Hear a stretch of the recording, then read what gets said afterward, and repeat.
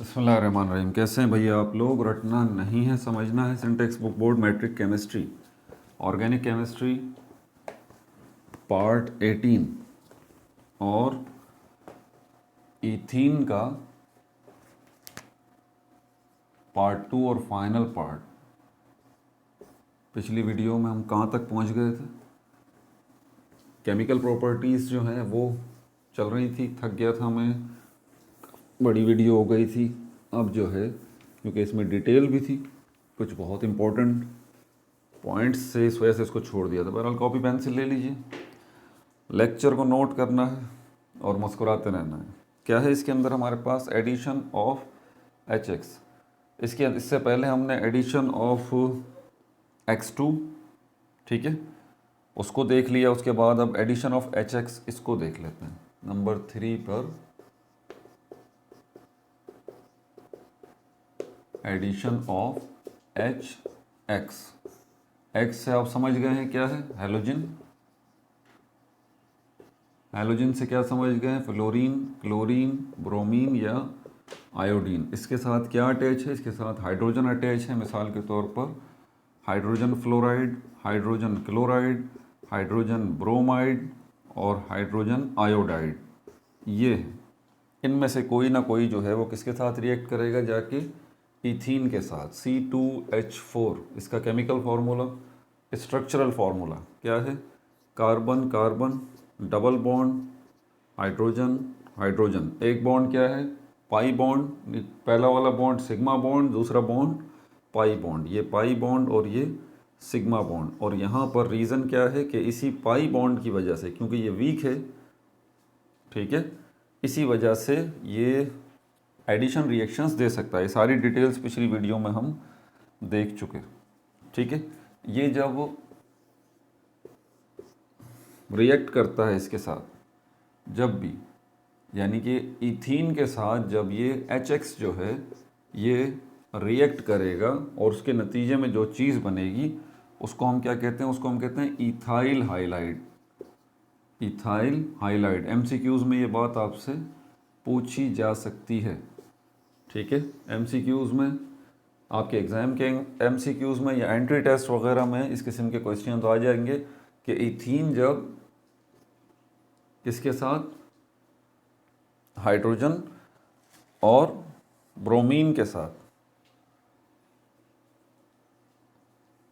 Hydrogen bromine नहीं, hydrogen और halogen के साथ रिएक्ट करेगी तो उसके नतीजे में क्या बनेगा? इथाइल हाइलाइड बनेगा, ठीक है। इथाइल हाइलाइड बनेगा, सॉरी हाइलाइड नहीं, हैलाइड। हैलाइड किससे वर्ड निकला है? दोबारा बता दूं, हैलोजन से। तो ये हैलाइड वर्ड जहाँ भी आए आप समझ जाएंगे ये क्या है, ये हैलोजन से निकला। और हैलोजन के लिए ये 4 जो है वो याद रख लें, 7A ग्रुप से इनका ताल्लुक़ है, ठीक है भाई। इसकी केमिकल इक्वेशन यहाँ पे बना देता हूँ।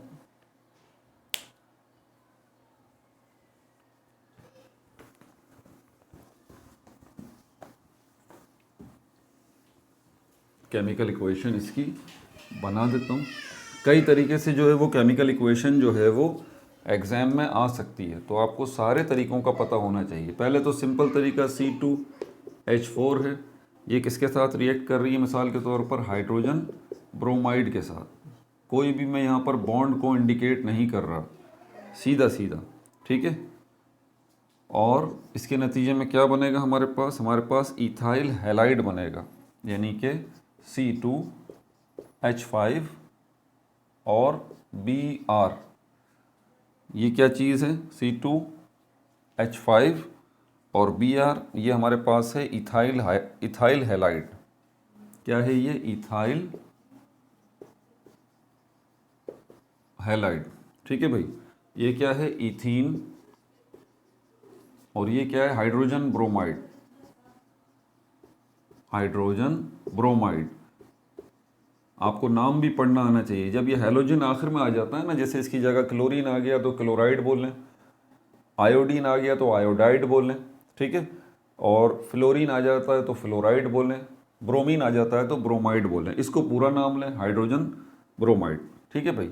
ये केमिकल इक्वेशन एक और तरीके से मैं लिख सकता हूँ। किस तरह से? इसमें बॉन्ड्स जो है ये स्ट्रक्चरल फार्मूला फॉर्म में, डबल कोवलेंट बॉन्ड आपको नज़र आ रहा है, ठीक है। और हाइड्रोजन के साथ सिंगल कोवलेंट बॉन्ड के साथ ब्रोमीन अटैच है, और उसके बाद जो है आगे चेन इसकी बनेगी, ठीक है भाई। स्ट्रक्चरल फार्मूला फॉर्म में भी आपको दिखा दी इसकी केमिकल इक्वेशन, और केमिकल फार्मूला स्टाइल में भी आपको इसकी केमिकल इक्वेशन दिखा दी। अब यहाँ पर एडिशन रिएक्शंस भी हो गए, कुछ अदर रिएक्शंस भी ज़रा देख लीजिए। मिटाऊँ इसको, ठीक है।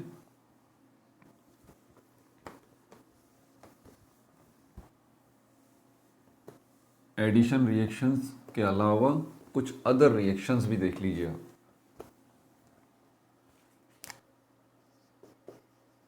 एडिंग दे दें, other reactions other than addition reactions other than addition reaction, ये दो तरह के हैं। यानी कि एडिशन रिएक्शंस के अलावा और कौन कौन से हमारे पास रिएक्शंस हैं, इसमें एक कंबस्शन रिएक्शन है, बर्निंग का प्रोसेस है, ठीक है। और दूसरा जो है हमारे पास पॉलीमराइजेशन है, पॉलीमराइजेशन। इस पॉलीमराइजेशन प्रोसेस केमिकल रिएक्शन के बिहाफ के ऊपर पूरी ऑर्गेनिक केमिस्ट्री की केमिस्ट्री की एक पूरी ब्रांच है, ठीक है ना, जिसको हम क्या कहते हैं, उसको हम पॉलीमेरिक केमिस्ट्री कहते हैं। बहुत बड़ा कॉन्सेप्ट है, बहुत बड़ा कॉन्सेप्ट है। हल्का सा एक ओवरव्यू दूंगा यहाँ पर इसका। पहले कंबस्शन रिएक्शन देख लेते हैं। कंबस्शन मतलब बर्निंग, जलने का जो अमल है उसको हम कंबस्शन कहते हैं, ठीक है।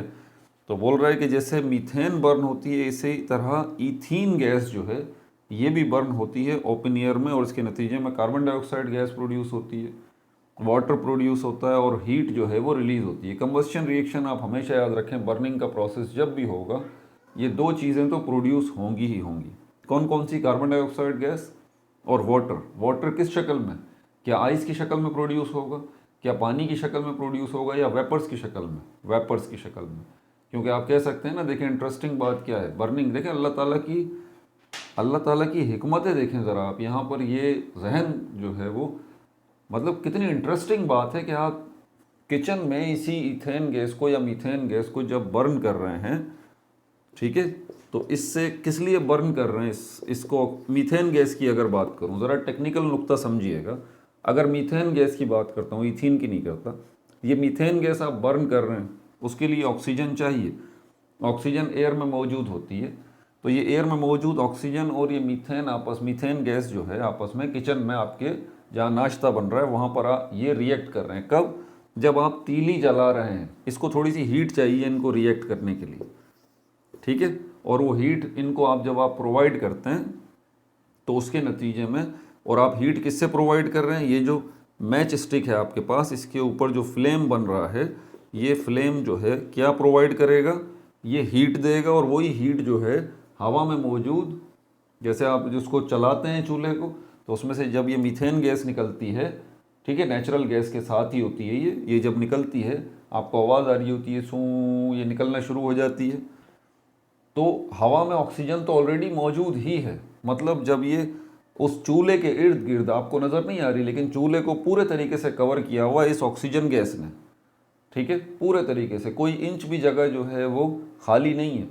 और जब आप मीथेन गैस को, चूल्हे को जलाते हैं, नेचुरल गैस को छोड़ते हैं, तो वहाँ पर एक मिक्सचर सा बन जाता है, invisible mixture. Methane gas, natural gas भी नज़र नहीं आती, ये भी नज़र नहीं आती, लेकिन एक इनविजिबल मिक्सचर बन जाता है। इसी मिक्सचर को, ये जो दोनों एक जगह पर इकट्ठे हो चुके हैं, मीथेन गैस और ऑक्सीजन गैस एक ही जगह हो गए हैं, अब इनको रिएक्ट करने के लिए थोड़ी सी हीट चाहिए। वो हीट आप माचिस की तीली के ज़रिए देते हैं, ठीक है, और उसके नतीजे में क्या निकलती है? आप बोलेंगे सर कॉमन एक्सपीरियंस है, बच्चा ही बता देगा, आग निकल रही है, आग निकल रही है ना। What is this? आग, जो आग निकल रही है, इससे क्या है?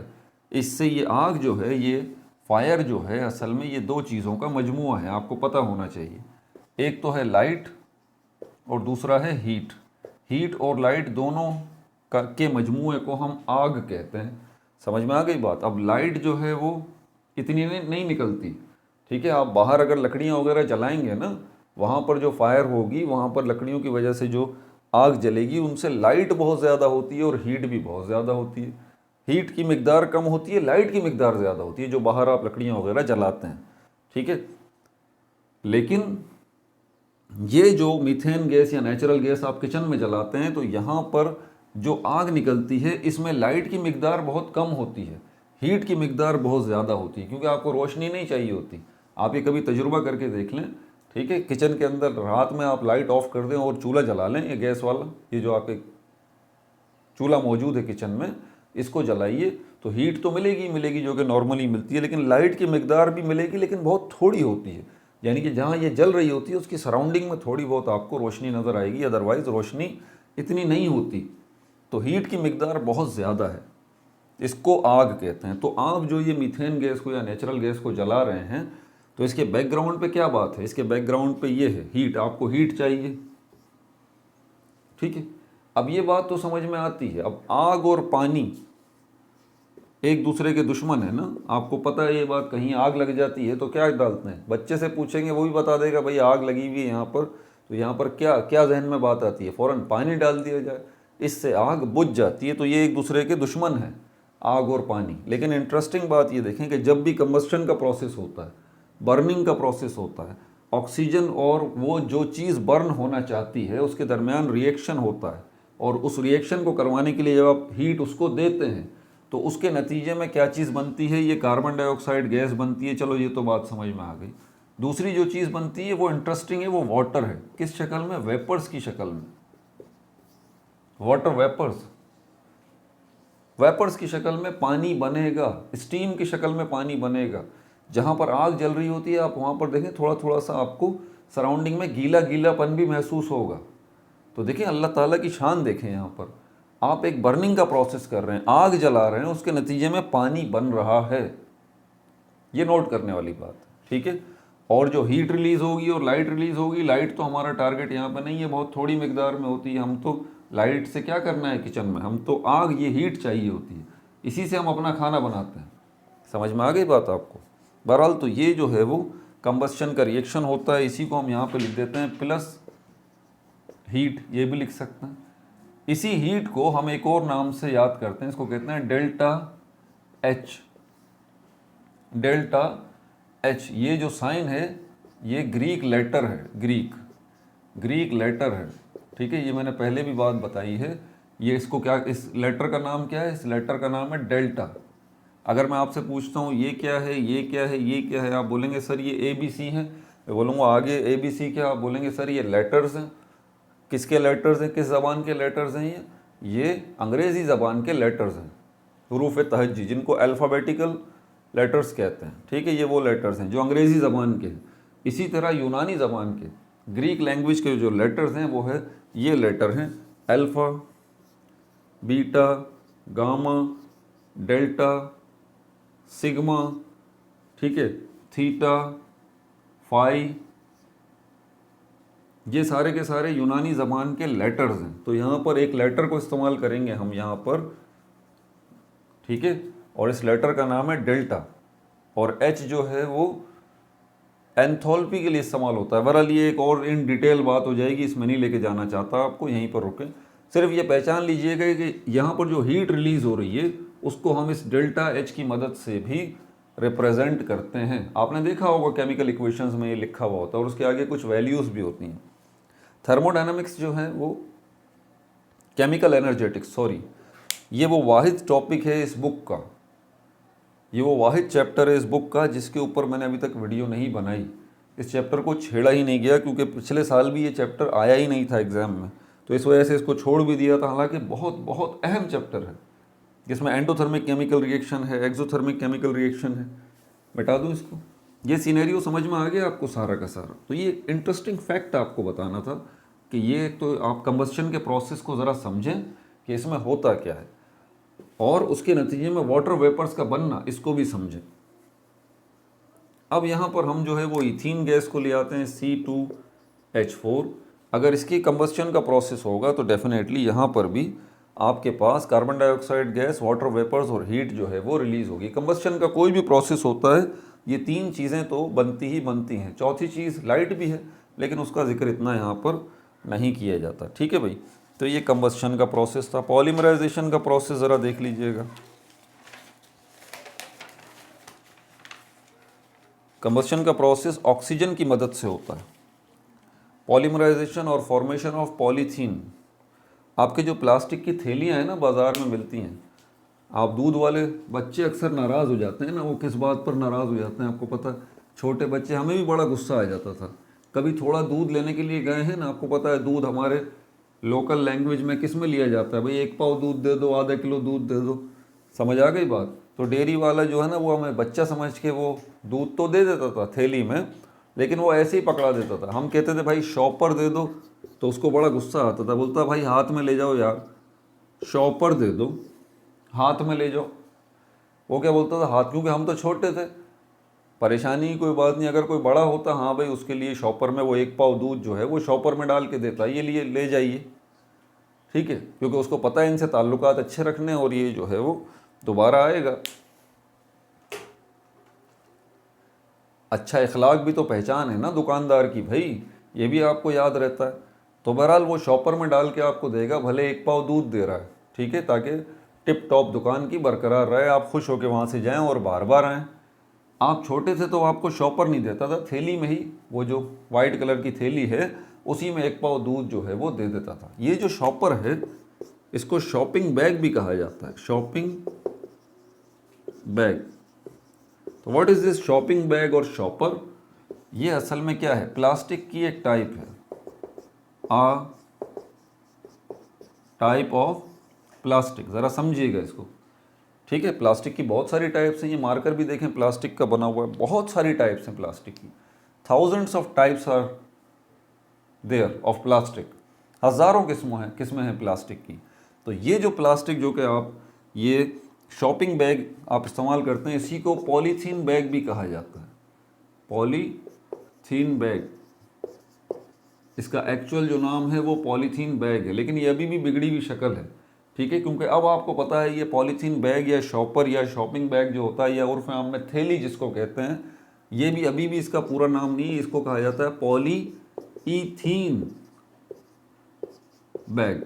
पॉलीईथीन बैग होता है। वजह क्या है इसका नाम पॉलीईथीन बैग क्यों रखा गया, पॉलीथीन बैग क्यों रखा गया? उसकी वजह यह है क्योंकि इस प्लास्टिक को बनाने में जिस केमिकल का इस्तेमाल किया गया है उसको कहा जाता है पॉलीईथीन। पॉलीईथीन इसको इस्तेमाल किया गया। अब ईथीन इसमें आपको समझ में आ रहा है, बिल्कुल आपको पता है C2H4 ये इसका केमिकल फॉर्मूला है, लेकिन शुरू में ये जो पॉली लगा हुआ है, पॉली का मतलब है मैनी, ये आपको बड़ा डिस्टर्ब कर रहा है कि पॉलीईथीन इसका क्या मतलब हुआ। ये पॉलीईथीन, ईथीन से तो आप समझ गए कि ये क्या है। अब एक बात ज़रा समझिएगा, मैं आसान सी बात करता हूँ, मुश्किल नहीं है। ये पॉलीथीन क्या है? ये प्लास्टिक है, प्लास्टिक है ना। और जो ईथीन गैस है वो क्या है? ईथीन गैस, ये गैस है। टेक्निकल बात ज़रा समझिएगा, प्लास्टिक है वो, प्लास्टिक की थैली है, ठीक है। पॉलीईथीन और ये ईथीन क्या है? ये गैस है एक, दोनों बिल्कुल जुदा जुदा चीज़ें हैं।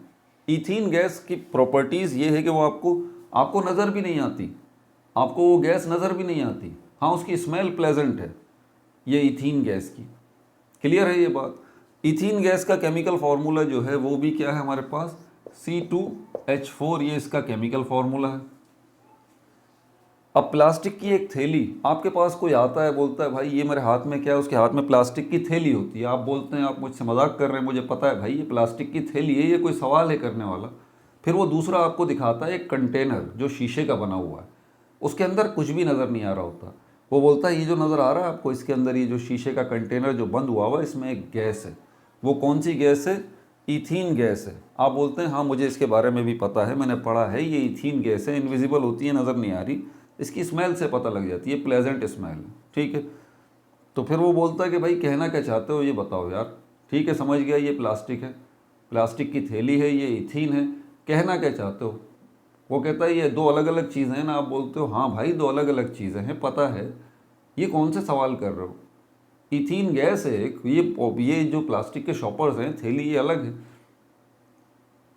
फिर वो बोलता है आपने केमिस्ट्री थोड़ी बहुत पढ़ी होगी। बोला हाँ केमिस्ट्री थोड़ी बहुत पढ़ी है। तो बोलता है केमिकल फार्मूला बता दीजिए। किसका? इथीन गैस का। आप बोलते हैं मुझे याद है केमिकल फार्मूला CH4 है। वो बोलता है अच्छा ये जो प्लास्टिक है, पॉलीथीन बैग है, इसका ये भी किसी चीज़ से मिलके बना होगा, उसका भी कोई केमिकल फार्मूला होगा, उसका भी केमिकल फार्मूला बता दीजिए। प्लास्टिक की थैली का केमिकल फार्मूला पूछ रहा है वो आपसे। वो आप उसको बोलते हैं ठीक है प्लास्टिक की थैली का केमिकल फार्मूला आपको बताता हूँ, आप मुझे प्लास्टिक का केमिकल नेम बता दें।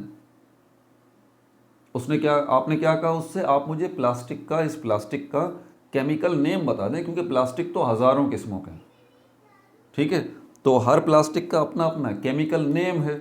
इसका केमिकल नेम क्या है? आप बोलते हैं इसका केमिकल नेम है पॉलीथीन। इस प्लास्टिक की थैली का केमिकल नेम है पॉलीथीन। और वो जो दूसरे जार में वो गैस थी, उसका केमिकल नेम है इथीन। नाम पे गौर करें, यहाँ भी इथीन, यहाँ भी इथीन, लेकिन एक इथीन इनविजिबल है, गैस है, नज़र ही नहीं आ रही है। दूसरा इथीन जिसके नाम में आपको नज़र आ रहा है, वो चीज़ क्या है? वो प्लास्टिक है।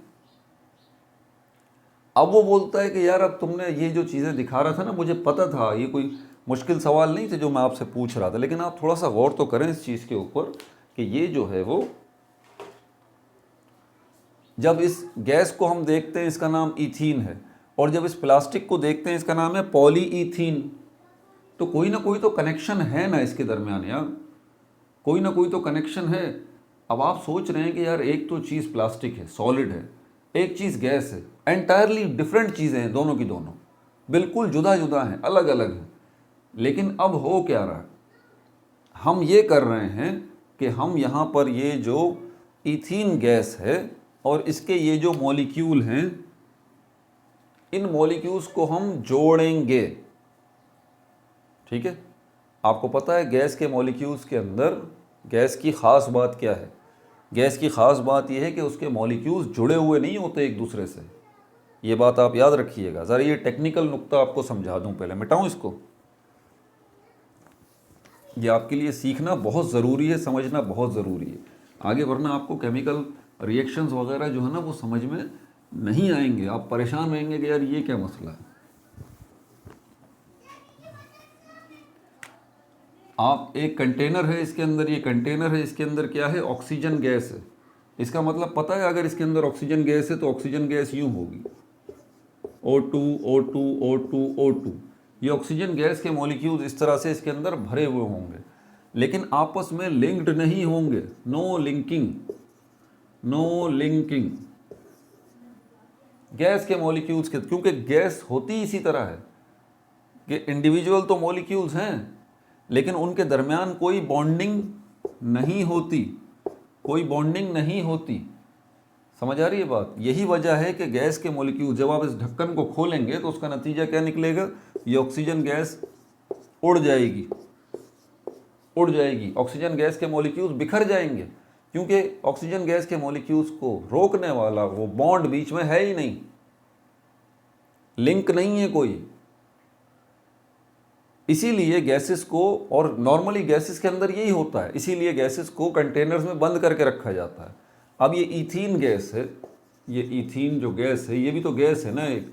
आप किसी एक बर्तन में अगर इसको रखेंगे तो इसके अंदर भी पोजीशन क्या होगी? इसके अंदर पोजीशन ये होगी C2H4 C2H4 C2H4। इस तरह से ये मॉलिक्यूल्स मौजूद होंगे अंदर। ठीक है, इस तरह से ये मॉलिक्यूल्स मौजूद होंगे। आप इसका ढक्कन खोल दें, इथीन गैस रिलीज हो जाएगी, मॉलिक्यूल्स भाग जाएंगे एक दूसरे के नज़दीक। वजह क्या? मॉलिक्यूल्स के दरमियान कोई बॉन्डिंग नहीं है। लेकिन लेकिन लेकिन आपको एक प्रोसेस पता लगता है, प्रोसेस, आपको एक प्रोसेस पता लगता है। किसका? लिंकिंग का। लिंकिंग का प्रोसेस आपको पता लगता है, जिसके ज़रिए आप इन इथीन गैस के मॉलिक्यूल्स को लिंक कर सकते हैं आपस में, इस तरह से लिंक कर सकते हैं। देख रहे हैं आप, लिंक कर दिया। तो ये लिंकिंग जो हो रही है अब इथीन गैस के मॉलिक्यूल्स की, आपको पता है इससे क्या चीज़ बन रही है? इससे बन रही है प्लास्टिक की एक टाइप जिसका नाम है पॉलीइथीन। पॉलीइथीन, पॉली वर्ड का मतलब ही ये होता है मैनी, बहुत सारे इथीन मॉलिक्यूल्स को एक जगह पे इकट्ठा कर देना, पॉलीइथीन। और जिस प्रोसेस के ज़रिए ये काम हो रहा है ना, जिसके ज़रिए आप इनको लिंक कर रहे हैं, मॉलिक्यूल्स को जोड़ रहे हैं, ठीक है, इसी प्रोसेस को कहा जाता है पॉलीमराइजेशन। पॉलीमराइजेशन। क्वेश्चंस की तरफ चलते हैं। आसान सा आपसे पूछा जाता है पॉलीमराइजेशन क्या है, आप बोलेंगे भाई एक प्रोसेस है, ठीक है। कोई आपसे पूछता है पॉलीमराइजेशन क्या है, आप बोलेंगे एक प्रोसेस है। तो आप बोलेंगे प्रोसेस तो बहुत सारे होते हैं, ठीक है। प्रोसेस का मतलब है एक्टिविटी। तो क्या टीचिंग जो है वो भी एक प्रोसेस है? बिल्कुल प्रोसेस है। तो ये जो टीचिंग एक प्रोसेस है, एक एक्टिविटी है, एक काम है, इसके अंदर एक टीचर पढ़ा रहा है, तो ये भी एक प्रोसेस है, पॉलीमराइजेशन भी एक प्रोसेस है। तो फ़र्क क्या है? आप बोलेंगे भाई ये जो टीचर पढ़ा रहा है ये कौन सी एक्टिविटी है? फिजिकल एक्टिविटी है, ये फिजिकल एक्टिविटी है। पॉलीमराइजेशन जो है ये फिजिकल प्रोसेस है, जो सर पढ़ा रहे हैं, काम कर रहे हैं, जो एक्टिविटी परफॉर्म कर रहे हैं सर, ये प्रोसेस तो है, ये फिजिकल प्रोसेस है। जबकि ये पॉलीमराइजेशन का जो प्रोसेस है ये केमिकल प्रोसेस है। नोट कर लीजिए ज़रा इन बात दोनों नामों को। तो प्रोसेस तो ये भी है टीचिंग, प्रोसेस तो ये भी है पॉलीमराइजेशन। टीचिंग ऐसा प्रोसेस है जो फिजिकल प्रोसेस है, आप देख सकते हैं, सुन सकते हैं, आपको नज़र आ रहा है, आपके हवा से खमसा काम कर रहे हैं, 5 के 5 सेंसेस आपके एक्टिव हैं।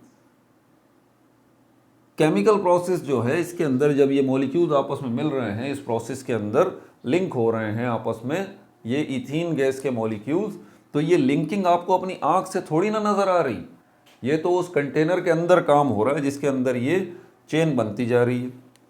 तो समझ में आ गई बात? इसको कहते हैं पॉली मीन्स मेराइजेशन। पॉलीमराइजेशन, ये पॉलीमर्स कहलाते हैं कलेक्टिवली, पॉलीमर्स। और ये कोई एक तरीका नहीं है, पॉलीमर, ये पॉलीमर कहलाते हैं। अब यहां पर देखिए कि हुआ क्या है, जरा इस चीज को फील कीजिए। इथीन गैस के मॉलिक्यूल इस तरह से अलग हैं तो एक अलग ही चीज़ है, जुदा चीज़ है। पहला फ़र्क क्या है इसमें और इसमें? ये गैस है, दूसरा ये कलरलेस है, तीसरा ये जो है वो इसकी एक स्मेल है, प्लेजेंट स्मेल। लेकिन जब इन्हीं मॉलिक्यूल्स को इस तरह से आप लिंक कर रहे हैं, आपस में जोड़ रहे हैं, जैसे कि आप ईद उल अज़हा पे देखते हैं जानवरों की जंजीरें जो होती है, चेन्स जो होती हैं, उसमें लिंक बने हुए होते हैं, एक लिंक होता है, फिर दूसरा लिंक होता है, तीसरा लिंक होता है, इस तरह से ये लिंकिंग कर रहे हैं आप मॉलिक्यूल्स को पॉलीमराइजेशन प्रोसेस के ज़रिए। इन्हीं मॉलिक्यूल्स को जब आप लिंक कर रहे हैं इस तरह से, तो उसकी दुनिया ही बदल गई, उसकी दुनिया ही बदल गई। वो क्या बन गया? वो पॉलीथीन बैग्स बन गए, वो प्लास्टिक की एक टाइप बन गई। समझ में आ गई बात? तो ये पॉलीमराइजेशन का प्रोसेस कहलाता है, ठीक है। तो इसीलिए यहाँ पर हम जो देखते हैं वो पॉलीमराइजेशन और लिखा हुआ है फॉर्मेशन ऑफ पॉलीथीन। याद रहे पॉलीमराइजेशन एक बहुत बड़ा कॉन्सेप्ट है, बहुत बड़ा कॉन्सेप्ट है, और इसीलिए पूरी एक ब्रांच है केमिस्ट्री की, पॉलीमेरिक केमिस्ट्री, ठीक है। आप अपना फ्यूचर भी इसमें सेट कर सकते हैं। यूनिवर्सिटी जाके अगर आप केमिस्ट्री में शौक रखते हैं आगे, तो इसी पॉलीमराइजेशन के अंदर वर्ल्ड लेवल पे बहुत काम हो रहा है। प्लास्टिक की जितनी टाइप्स बन रही हैं इसी पॉलीमराइजेशन प्रोसेस के ज़रिए बन रही हैं। तो यहाँ पर ये प्लास्टिक की जो एक टाइप है जिससे ये मार्कर बना हुआ है, प्लास्टिक की दूसरी टाइप जो है जिससे ये प्लास्टिक की चेयर बनी हुई है, मेरे सामने रखी हुई है, और प्लास्टिक की एक टाइप जो है जिसको हम पॉलीथीन बैग कहते हैं। ये प्लास्टिक की मुख्तलिफ टाइप्स क्यों हैं? क्योंकि मुख्तलिफ जो है वो किसको इस्तेमाल किया जा रहा है? मुख्तलिफ ऑर्गेनिक कंपाउंड्स को जोड़ा जा रहा है। यहाँ पर इथीन को जोड़ा जा रहा है, तो हो सकता है प्रोपीन को इसी तरह से लिंक कर दिया जाए, ब्यूटीन को इस तरह से लिंक कर दिया जाए, हेक्सीन को इस तरह से लिंक कर दिया जाए, प्रोपीन और हेक्सीन को लिंक कर दिया जाए।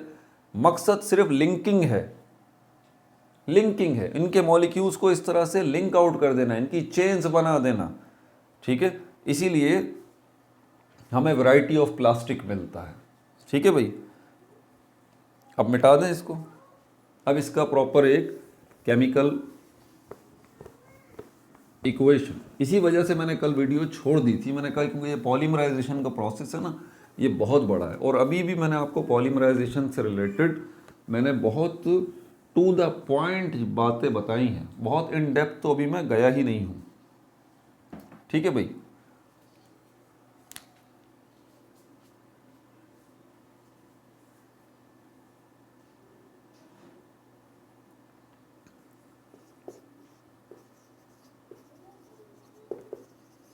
पॉलीमराइजेशन, पहली बात क्या है, ये एक प्रोसेस है, process in which molecules add itself. एक ऐसा प्रोसेस है जिसमें मॉलिक्यूल्स अपने आप को ही ऐड कर रहे होते हैं। आपने एडिशन रिएक्शन इससे पहले जो देखा है उसके अंदर क्या आपने बात नोट की, एडिशन तो हो रही है लेकिन कोई दूसरी चीज़ उसके अंदर ऐड हो रही है आके। देखा है ना आपने, इतने सारे पिछली वीडियो में प्रोसेस देखे, लेकिन ऐसा तो नहीं हो रहा कि खुद ही एडिशन हो रही हो। मिसाल के तौर पर इथीन को हम जो है वो किसके साथ, ब्रोमीन के साथ अगर ऐड करवा रहे हैं तो यहाँ पर क्या हो रहा है, इसके नतीजे में हमारे पास जो भी चीज़ बन रही है इसमें ये ब्रोमीन का मॉलिक्यूल इसके साथ ऐड हो रहा है, ब्रोमीन का मॉलिक्यूल हमारे पास इसके साथ ऐड हो रहा है। समझ में आ रही है बात। अगर लेकिन इथीन से ऐड नहीं हो रही, इथीन से ऐड नहीं हो रही, तो पॉलीमराइजेशन एक ऐसा प्रोसेस है इन विच जिसके अंदर मॉलिक्यूल्स ऐड इटसेल्फ, खुद को ही ऐड करके क्या बनाते हैं, एंड मेक पॉलीमर्स, ब्रैकेट में इन पॉलीमर्स को मैं लिख रहा हूं चेन। इस तरह की चेन्स जो हैं ये बनाते हैं, ठीक है भाई। इसकी केमिकल इक्वेशन देखें, क्योंकि इसके अंदर मॉलिक्यूल्स की कोई तादाद फिक्स नहीं है। ये देखें चेन है ना, तो चेन छोटी भी हो सकती है, चेन बड़ी भी हो सकती है, चेन और बड़ी भी हो सकती है। जितने ज़्यादा लिंक आप लगाते जाएंगे उतनी बड़ी चेन जो है जंजीर बनती चली जाएगी। इसीलिए क्योंकि यहाँ पर मॉलिक्यूल्स की तादाद फिक्स्ड नहीं है, इसीलिए इसके फॉर्मूले के अंदर जो है वो लिखा जाता है एन का मतलब होता है कोई भी तादाद हो सकती है। 10 मॉलिक्यूल्स हो सकते हैं, 10 लाख मॉलिक्यूल्स हो सकते हैं, 20 लाख मॉलिक्यूल्स हो सकते हैं, कोई भी तादाद जो है इसकी हो सकती है, ठीक है। ये चेन है, तो चेन छोटी भी हो सकती है, बड़ी भी हो सकती है। यहाँ पर ऑक्सीजन की भी ज़रूरत है, 0.01% ऑक्सीजन की भी ज़रूरत पड़ती है ये प्रोसेस करवाने के लिए, जिसमें ये पॉलीमर्स जो है आपको इनको ज्वाइन करना होता है। एन का मतलब ढेरों ढेर आप इथीन के मॉलिक्यूल्स को ज्वाइन कर रहे हैं और उसके नतीजे में क्या बन रहा है, पॉलीइथीन।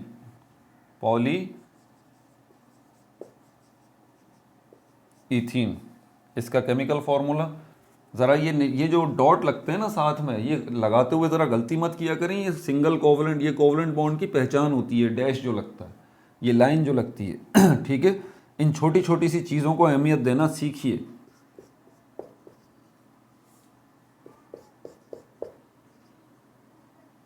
दोनों साइड पे ये सिंगल कोवलेंट बॉन्ड आपको नज़र आएगा और इसके बाद ये एन लगा हुआ हो, ठीक है। और ये क्या बन गया, अब ये बन गया पॉलीथीन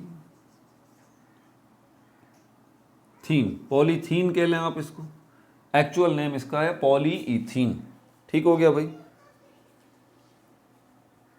ये ट्रेड नेम है इसका। ये क्या है, ये क्या है, ट्रेड नेम। देखें एमसीक्यूज इसी तरह के आते हैं, एमसीक्यूज जो आते हैं ना एंट्री टेस्ट में या एग्जाम्स में, इसी तरह के आते हैं। आपको ये 2-3 नाम दे दिए जाए ना, ये पॉलीथीन लिख दिया और पॉलीइथीन लिख दिया, आपसे पूछ लिया जाए कि what is the difference between polythene and polyethene, ये पॉलीथीन लिखा हुआ है, ये पॉलीइथीन लिखा हुआ है, तो आप इसको बताएंगे, इसका जवाब देंगे chemically there is no difference, chemically there is no difference, both things are same. और फिजिकली भी नो डिफरेंस, फिजिकली भी कोई फर्क नहीं है। तो chemical point of chemical properties या chemical aspect point of view से कोई डिफरेंस नहीं है, एक ही चीज़ें हैं दोनों। फिजिकल पॉइंट ऑफ व्यू से दिखने में दोनों एक ही चीज़ें हैं, कोई फर्क नहीं है। वो भी पॉलीथीन बैग है, वो भी पॉलीथीन बैग है। फ़र्क क्या है? कारोबारी नुक्ता नज़र से। ट्रेड नेम, ट्रेड मतलब तिजारत, कारोबार। कारोबारी नुक्ता नज़र से जब इसको इस्तेमाल किया जाता है तो इस नाम से याद किया जाता है, लिखा जाता है, कारोबारी नुक्ता नज़र से। जो बिजनेसमैन लोग हैं, जो कारोबार कर रहे हैं, जो ये प्लास्टिक बना रहे हैं, लेकिन किसी केमिस्ट्री के पास, केमिस्ट के पास जाएंगे तो इसका कारोबारी नेम नहीं लेगा। केमिस्ट जो है, स्टूडेंट जो है, प्रोफेसर जो है, उसको पॉलीइथीन कहेगा। समझ में आ रही है बात? ये नुक्ता याद रखिएगा। तो इसको इस्तेमाल नहीं करना आपने जब लिखें। केमिकल नेम इसका पॉलीइथीन है। ये जो है ये इसका ट्रेड नेम है। नोट्स में डाल लें, इसको भी काम आएगी ये बात। आगे चलते हैं इसके यूजेस की तरफ।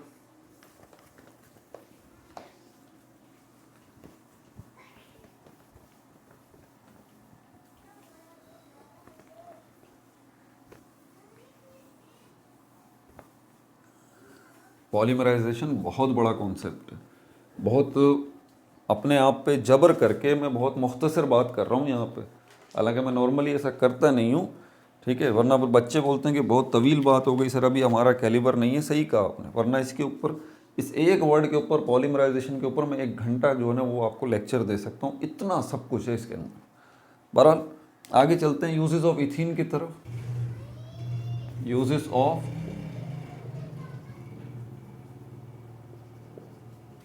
ऑफ इथीन और इथाइलिन और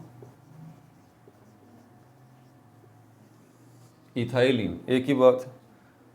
किस में इस्तेमाल हो रहा है? ये रॉ मटेरियल के तौर पे, रॉ मटेरियल, खाम माल, ठीक है। किसके अंदर? For the production of alcohol, production of alcohol, alcohol की तैयारी के लिए, ग्लाइकोल की तैयारी के लिए, अल्कोहल की तैयारी के लिए, ग्लाइकोल की तैयारी के लिए इथाइल क्लोराइड अगर आप बनाना चाहते हैं तो इथीन गैस जो है वो आप बाज़ार से ले आइए। इथीन गैस C2H4 ये इस्तेमाल होगी किसकी तैयारी में? अल्कोहल आप बना सकते हैं इससे, ग्लाइकोल आप बना सकते हैं, इथाइल क्लोराइड आप इससे बना सकते हैं इसकी मदद से। इसीलिए इसको रॉ मटेरियल कहा जाता है। आप बेकरी वाले के पास चले जाएं, ज़रा इस रॉ मटेरियल को समझें, ठीक है। तो वो क्या करेगा? वो बिस्किट भी बना रहा है, ठीक है, और बहुत सारे आइटम बेकरी वाला जो है वो बना रहा है। वैरायटी ऑफ बिस्किट्स हैं, बन है, ब्रेड है, ये सब कुछ बेकरी वाला बना रहा है ना। 1000 किस्म के आइटम बेकरी वाला बना रहा है, केक बना रहा है। आपको पता है ये सब जो है वो किस चीज़ से बना रहा है? वो फ्लोर, आटे से बना रहा है, आटा। तो आटा जो यहाँ पर इस्तेमाल हो रहा है और इस आटे में से मैदा जो है वो निकाला जा रहा है। अब इसका इंग्लिश नेम पता नहीं क्या है, मुझे तो याद नहीं है। बहरहाल आटे में से ये मैदा निकाला जा रहा है और इसी से इतनी सारी चीज़ें बन रही हैं। ज़रा सोचिए इस बात को। उससे केक भी बन रहे हैं, बिस्किट भी बन रहे हैं, डबल रोटी भी बन रही है, इतनी सारी चीज़ें इससे बन रही हैं, इसी मैदे के आटे से, या आटे से निकला हुआ ये मैदा। तो ये क्या है जिससे इतनी वैरायटी ऑफ थिंग्स बन रही हैं? ये रॉ मटेरियल है। रॉ मटेरियल वो चीज़ होती है जिससे आप बहुत सारी चीज़ बनाते हैं। कपड़ों के थान लेके आ जाते हैं बोनेंजा फैक्ट्री वाले, ढेरों ढेर ट्रकों पे लाद के कपड़ा लेके आ जाते हैं, कपड़ों के थान। तो वो क्या है उनके लिए, बोनेंजा फैक्ट्री वालों के लिए वो कपड़ों के थान रॉ मटेरियल है। क्यों? उससे वो शर्टें बनाएंगे, पैंटें बनाएंगे, स्वेटर्स बनाएंगे, बहुत सारी चीज़ें बनाएंगे। ये बेकरी वालों के लिए रॉ मटेरियल मैदा है, इसकी मदद से वो क्या बनाएंगे? बिस्किट्स बनाएंगे और बहुत सारी चीज़ें बनाएंगे। बिल्कुल इसी तरह ये इथीन गैस जो है बहुत ज़्यादा मिकदार में लाई जाती है, क्योंकि इससे बहुत सारी चीज़ें बनाई जा सकती हैं। अल्कोहल भी बनता है इससे, ग्लाइकोल भी बनता है इससे, इथाइल क्लोराइड भी बनता है इससे, ठीक है भाई। इसके अलावा इसका कहाँ यूज़ हो रहा है? वेल्डिंग और कटिंग, वेल्डिंग में इस्तेमाल हो रहा है इथीन गैस का, और कटिंग मेटल्स को काटने के लिए, कटिंग मेटल्स, अब देखें आयरन का एक पीस है, ये आयरन की एक रॉड है, अगर मैं कहता हूँ आप इसको काट दीजिए, इतना आसान थोड़ी ना कोई है कि आप इसको आसानी से काट देंगे, बड़ा मुश्किल काम है, बहुत मजबूत है ये आयरन की रॉड, ठीक है। लेकिन इसकी इथीन गैस की मदद से जो है ये पॉसिबल है। क्या करना पड़ेगा, इस इथीन गैस को जलाना पड़ेगा, बर्न करना पड़ेगा, इससे एक शोला बनेगा, एक फ्लेम बनेगा। ये बड़ा ख़तरनाक फ्लेम होता है। अगर ये इथीन गैस का बना हुआ फ्लेम यहाँ से आपकी पाम से, आपकी हथेली से यूं किया जाए ना, तो दूसरी साइड से निकल जाएगा। इतना इंटेंस, इतना शदीद होता है और इसका इतना टेम्परेचर होता है, ठीक है। इसी फ्लेम का नाम है oxy acetylene, oxy ethylene flame, oxy ethylene flame. बहुत ज़्यादा टेम्परेचर होता है इस फ्लेम का, ठीक है। और ये फ्लेम जो है, इसकी मदद से आप वेल्डिंग का काम कर सकते हैं और मेटल्स को कट करने का भी आप काम कर सकते हैं, ठीक है। तीसरा काम इथीन गैस का, फल जो पकते हैं, आपको कैसे पता लगता है गावा है वो पक गया है, या एप्पल है वो पक गया है, एप्पल पक गया है, ठीक है। या हमारे पास जो है वो क्या है, पियर, नाशपाती जो होती है, पियर, इसको हम कहते हैं राइपन, राइप, इंग्लिश में इसको कहा जाता है राइप, RIPE। इसका मतलब है फलों का पक जाना। इसमें क्या होता है, कैसे पता लगता है आपको कि ये फल पक गया है, colour change, colour change, colour जो है वो फल का बदल जाता है। आपको पता है फलों का ये जो कलर चेंज हो जाता है, जैसे कि एप्पल है, हमें दूर से नज़र आ जाएगा ये एप्पल कच्चा है, ये नाशपाती कच्ची है, लेकिन जब ये पक जाते हैं तो इनका कलर तब्दील हो जाता है। कॉमन एक्सपीरियंस है। इन फलों के अंदर कौन सी चीज़ है जो कि इनको ये अपीयरेंस देती है कि इनका कलर चेंज हो जाता है? आपको पता है इन फलों के अंदर कौन सी चीज़ होती है? यही इथीन गैस जो है ये बन रही होती है अंदर। यही इथीन जो है वो जब बनना शुरू होती है तो इनका कलर चेंज होना शुरू हो जाता है। हम कहते हैं कि राइपनिंग प्रोसेस शुरू हो चुका है, ये फल अब पक रहा है, ठीक है भाई। अच्छा,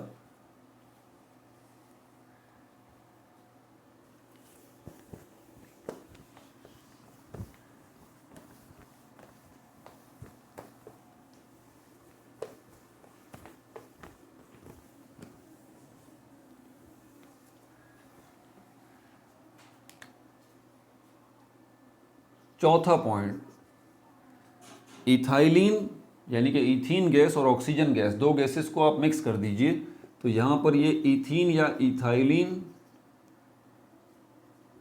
ऑक्सीजन मिक्सचर कहलाएगा, ऑक्सीजन